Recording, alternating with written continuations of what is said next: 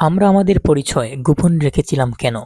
আমাদের পরিচয় প্রকাশিত হলে আমাদের সাথে কেমন আচরণ করা হতো? তোমরা জানতে না? ২০১৩ সালে আমাকে সন্দেহের উপর ধরে বসেছিল ছাত্রলীগ নামক কুত্তালীগ। কিন্তু কোনোভাবেই প্রমাণ করতে পারেনি আমি শিবির করি কি না। যদিও আমি তখন সে এলাকার শিবির সভাপতি। এমন কোনো হেনস্থা নেই আমাকে করতে চায়নি। আমার বিশ্বাস ছিল আমি যদি জায়গায় দাঁড়িয়ে একটা করেও ঘুষি মারি, ওই একটা খাইয়াও হজম করতে পারবে না তারা।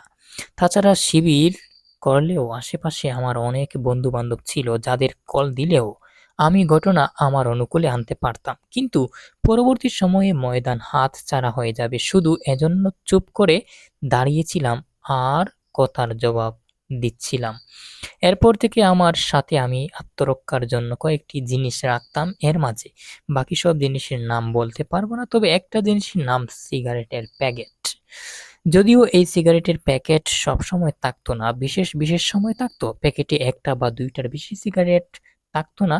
আমার মত একজন দায়িত্বশীলের সিগারেট কেনা ও পকেটে রাখার বিষয়টি বুঝতে পারছেন।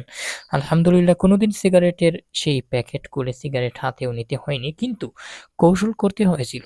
শুধুমাত্র কৌশল না করার কারণে আমার পরবর্তী সভাপতি তাদের হাতে নির্মমভাবে মার খেয়ে জেলে যেতে হয়েছিল। তারপর থেকেই ওই এলাকার ময়দান আর আমাদের অনুকূলে আসেনি। এই কৌশলের কারণেই প্যান্ট টাকনুর নিচে পড়তে হয়েছে অনেক সময়। একবার তো ডিবি ধরে বসেছিল স্টেশন রোডের ওখানে। আলহামদুলিল্লাহ উপস্থিত বুদ্ধি কাটিয়ে সেদিনও রক্ষা পেয়েছি। কিভাবে পেয়েছি সেটা বলা যাবে না। এরপর একবার ধরল ডিরেক্ট পুলিশ ফেনী ওয়াপদা মাঠের সামনে। সেদিনও তাদের কাছে প্রমাণ ছিল না আমি শিবির করি কিনা। পরে বাবা কি করে প্রশ্ন করায় বললাম প্রাইমারি স্কুলের প্রধান শিক্ষক।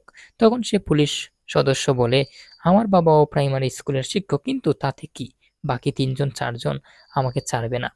আমার মোবাইলে সেদিন কোনো কিছুই ডিলিট করা ছিল না, এজন্য চুপচাপ দাঁড়িয়েছিলাম। কারণ আমি জানতাম মুখ থেকে একটা বাড়তি টু শব্দ বের করলেও আমার আর রক্ষা নেই। হঠাৎ করে ওই এসআই কি বুঝে বলল, বাসা কোথায়? বললাম পুরাতন পুলিশ কোয়ার্টার। বলল বাসায় চলে যাও, একজন শিক্ষকের ছেলে, শিক্ষক হবা, এসবে থাকবা না। তোমাকে আর এসবে দেখব না তো। আমি বললাম, না স্যার, তারপর ছেড়ে দিল। এই ছিল আমাদের অবস্থা। আমি ২০১৫ সালের পর শিবির করিনি যদিও, কিন্তু তার আগের ৩-৪ বছর যে পরিমাণ কৌশল করে ময়দানে ছিলাম তা বলার অপেক্ষা রাখে না। এবার ভাবুন, যারা ২০২৪ সালে এসেও শিবির করেছে তাদের কি পরিমাণ কৌশল অবলম্বন করতে হয়েছে।